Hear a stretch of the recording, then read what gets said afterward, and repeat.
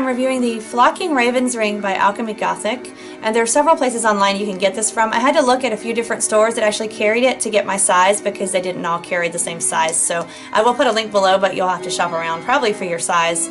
A few different sites. If you don't specifically see your size, it's not because it doesn't exist. The site, you know, that you're looking at just may not carry that size. So shop around and you will find it.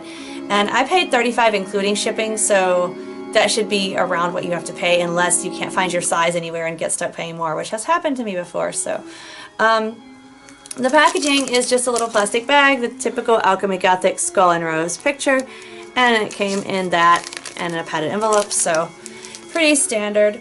And then this is the ring itself. It's large. I really like it's black. It's their usual pewter. It's heavy, but I mean heavy as in like well-made, solid, not as in this is unwieldy for my hand.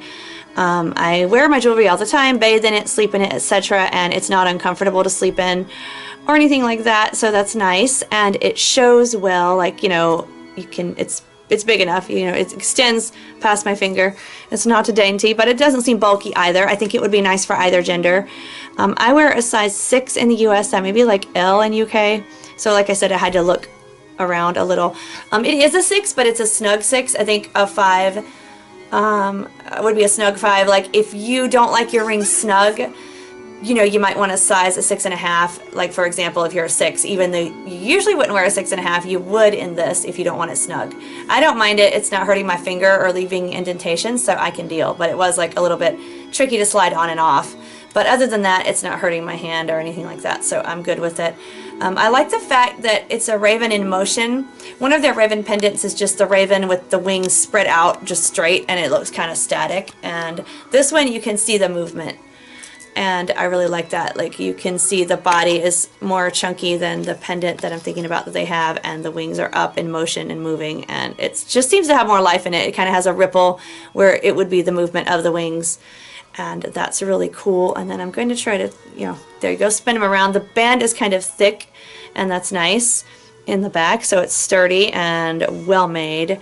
And the raven is part of the band, which I like. It's not going to like snap off or anything. I've had some rings do that were cheaper rings with the animal or whatever just sitting on top. So it's made into it very well.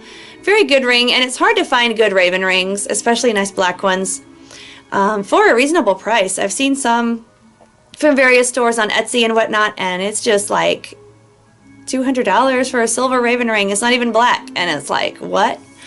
And so I like the fact that this is black. It identifies it clearly, and you don't think it's like an eagle or something, you know, it's a raven. And just really nice detail work on the feathers and everything else. Great ring. I really love it. Recommend it totally.